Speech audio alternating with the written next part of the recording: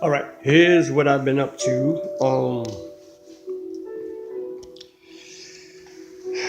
This is my third video. Second video, I tried to just upload it to YouTube. They wanted my number for confirmation. I was like, yeah, okay, that's not happening. So this is my third video, and this is gonna be my last time making a video. But here's what I've been up to. I've been doing, a few projects besides the red bike over there, little red.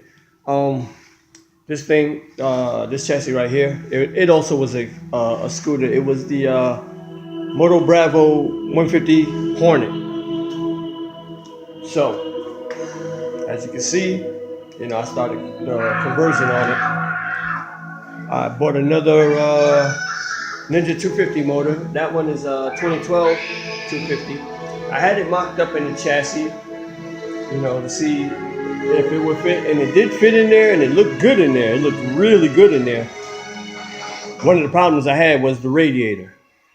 So if I'd have mounted the radiator where the radiator normally would be mounted, I was thinking that when the front suspension was under load, the front wheel would, it would hit the radiator and the headers or whatever. But so I wasn't too sure. I had a few suggestions, people telling me I can always mount the radiator in the front. That tape right there is because I had two I think they're CRF 250 radiators right there. I had, one on the left and one on the right side of the chassis while the motor was in there, but they just didn't quite tuck in, like I would have wanted them to. So plus I felt they were a little bit more exposed. So if I crashed on the track, it spilled fluid all over the place, and that would have been a disaster. But now, the other suggestion I had was to mount the radiator in the back.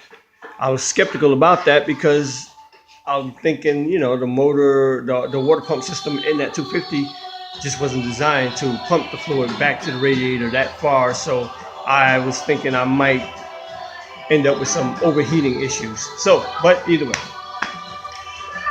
So I'm going to build it, but I'm going to look at other motor options. I was thinking about going with like a 250 two-stroke version, or a single-cylinder water-cooled motor versus a dual-cylinder water-cooled motor, So like a single-cylinder four-stroke, probably like the CBR 250. So, but either way, I'm still looking at motors for that, but I think I'm gonna get her done though, because I think this one's gonna be good, because it looks to be a stronger chassis than what I'm working with, and it's a shorter chassis, so it's gonna be a shorter wheelbase. And I put my Aprilia RS250 swing arm. I got it mounted up on there just as a mock-up, and some rear sets, but yeah, that's about as far as I've gotten. And I don't know. I still got to just really think about that one. But then I picked up this thing too, and I started taking it apart. That's the motor for it, sitting over there behind my wheelbarrow. So now I got a motorized wheelbarrow. You know what I mean? I just pick it up and squeeze the gas, and there I go. I'm off. But no, it's not connected in any way, shape, form, and I'm not doing a motorized wheelbarrow. I mean, really. But either way, okay. Now back to this one. I had a 180cc 4-valve motor I had for years, brand new in the box. I never used and never started it, never put it in anything. So I thought I'd use it possibly in this bike, or just use it to mock up. So it's not really set up in there, but I got it sitting in there. And my idea was, if I go with this style motor, then I will be able to save the mount for the scooter style motor. So if I want to convert it back to a scooter, I bolt the swing arm, take out the motor, bolt that motor back on, do all the necessary work, and there I go. It's back to a scooter. So that was one of my ideas I was thinking about doing, and I'm just not too sure about it still. I already changed the forks on it, adjustable forks, and I want to go with, I think I'm gonna go with bigger wheels. I'm not gonna go with the 13s. I was gonna use 13s and make the rear wheel and convert it so I can use you know, make it to a sprocket and chain, but I'm not gonna go through with that. And I was thinking, you know, I'll make this one, I'll tag it, make it road legal, but I don't know. I'm just not feeling that right now. And my other option is I'm just going to use it as a parts bike for that bike because I know I'm going to need parts when I crash, and I will crash it. Hopefully I don't, but I more than likely will. But that's this one. So I have been, you know, working on some projects and stuff like that.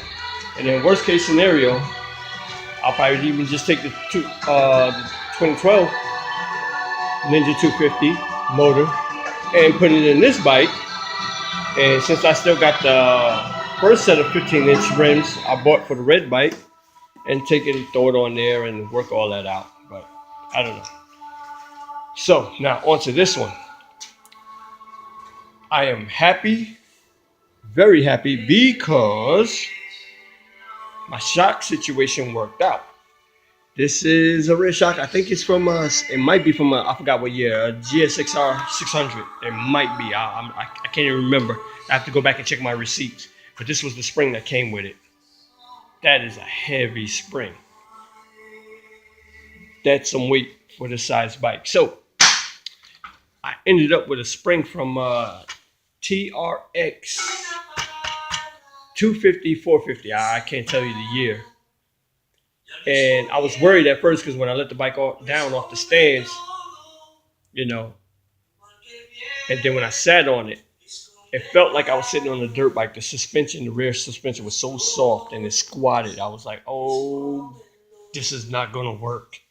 But I forgot I had to adjust the spring preload collar. So I adjusted the spring preload. I got it set up and it feels great. It feels like a road bike setup right now. So I think the suspension is more than sufficient for this size bike. And of course, you know, full size forks, fully adjustable, you know, preload, rebound, compression adjustment. Everything feels good. I did change the inner fork springs, of course. Went with less because the fork springs from the full-size bike, man, for this bike, it was too harsh. I mean, I could barely push down on it. And this bike right now is about 80 pounds lighter than Ninja 250.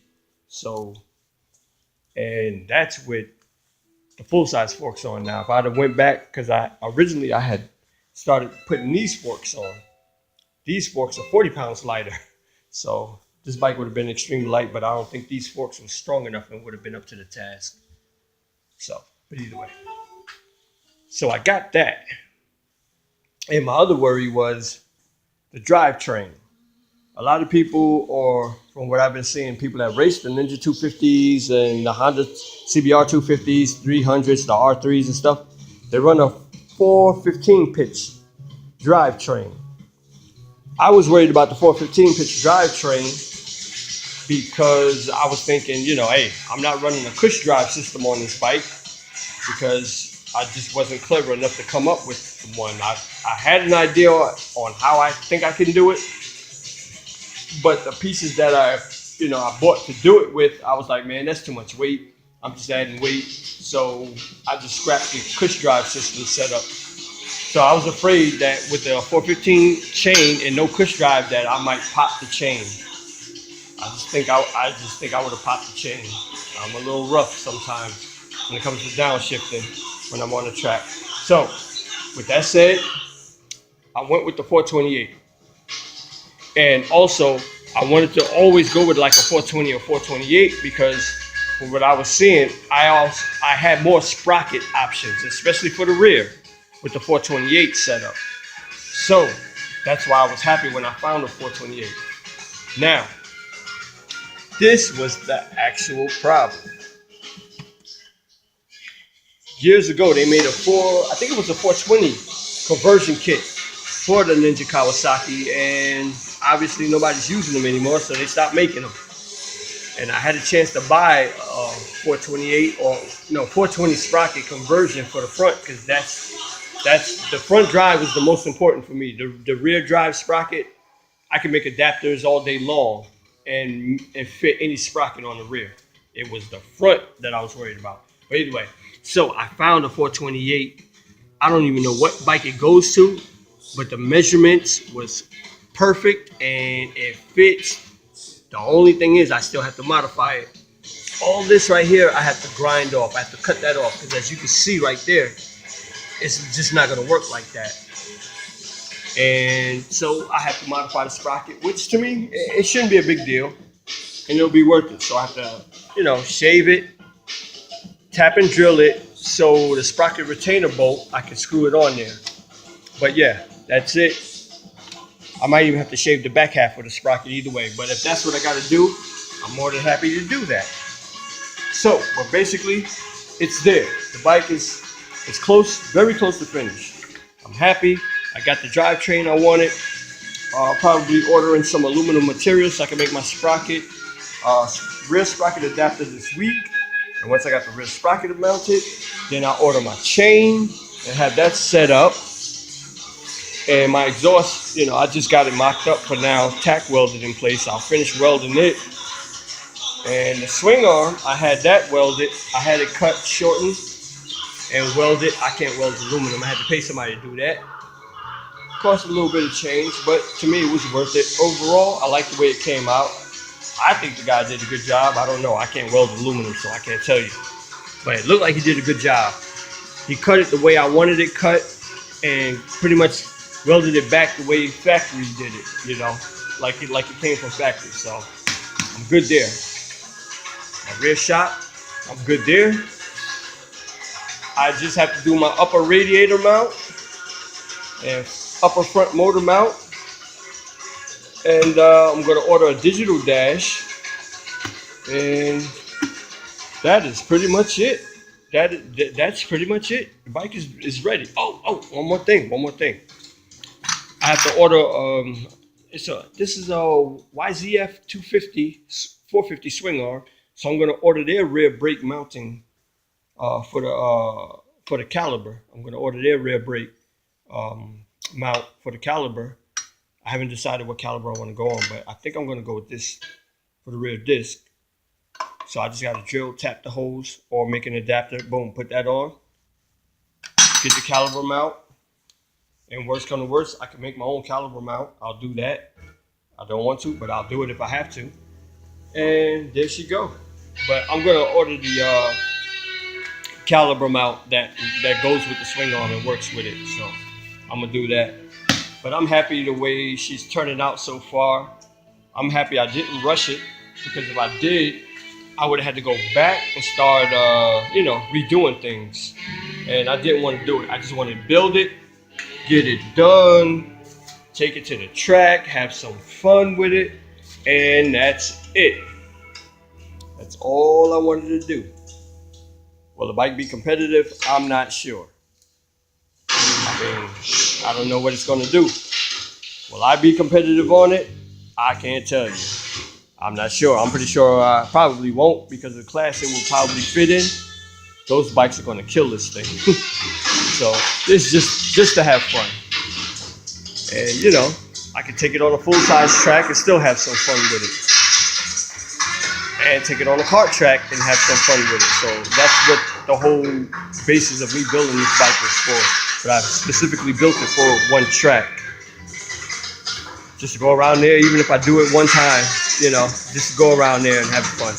Also, one more quick note. This is the Michelin Pilot Power. God damn, my TV is loud. Let me turn this doggone TV down some.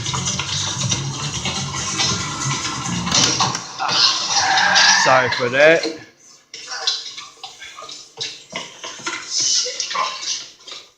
Okay, there we go. Sorry about that. But anyway, yeah. I am the Michelin Pilot Power 2 is dual core, dual compound tire. The older version, the front, I think it's medium on the sides and hard in the center. Now I have the newer version of that tire on the rear. and it feels pretty good. I love it. It feels really good.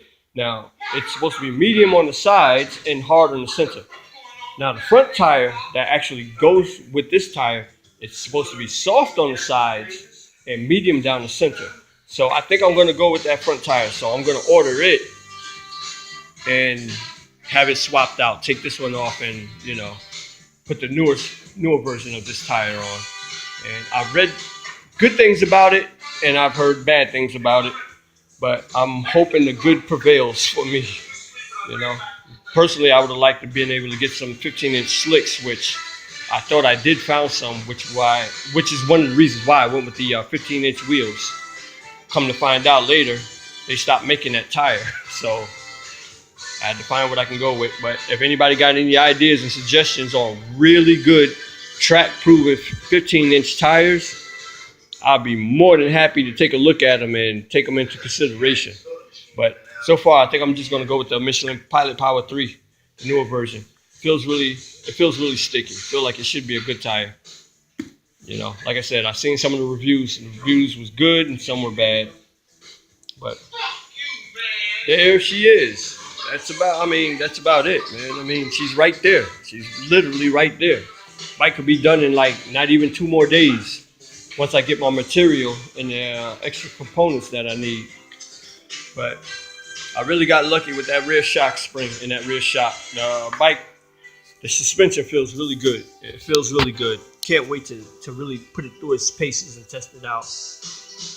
But that's her. That's it. All right. Thank you for watching. And hope you enjoyed the video. I'll be doing a couple of more videos as I start making more pieces and getting the bike closer and then, you know, wire it up and fire it up. Just to hear you. Also, I'm going to have to get a DB silencer because I think this is going to be too loud. I was looking at some videos. This is the MGP can and the bike was pretty loud. I live in a pretty quiet area, so I'm pretty sure my neighbors are not going to be happy to hear this thing fire up. So I got to get a DB killer and I'm going to put it in there some way, somehow, and I'll go from there. But anyway, thank you. Thanks again.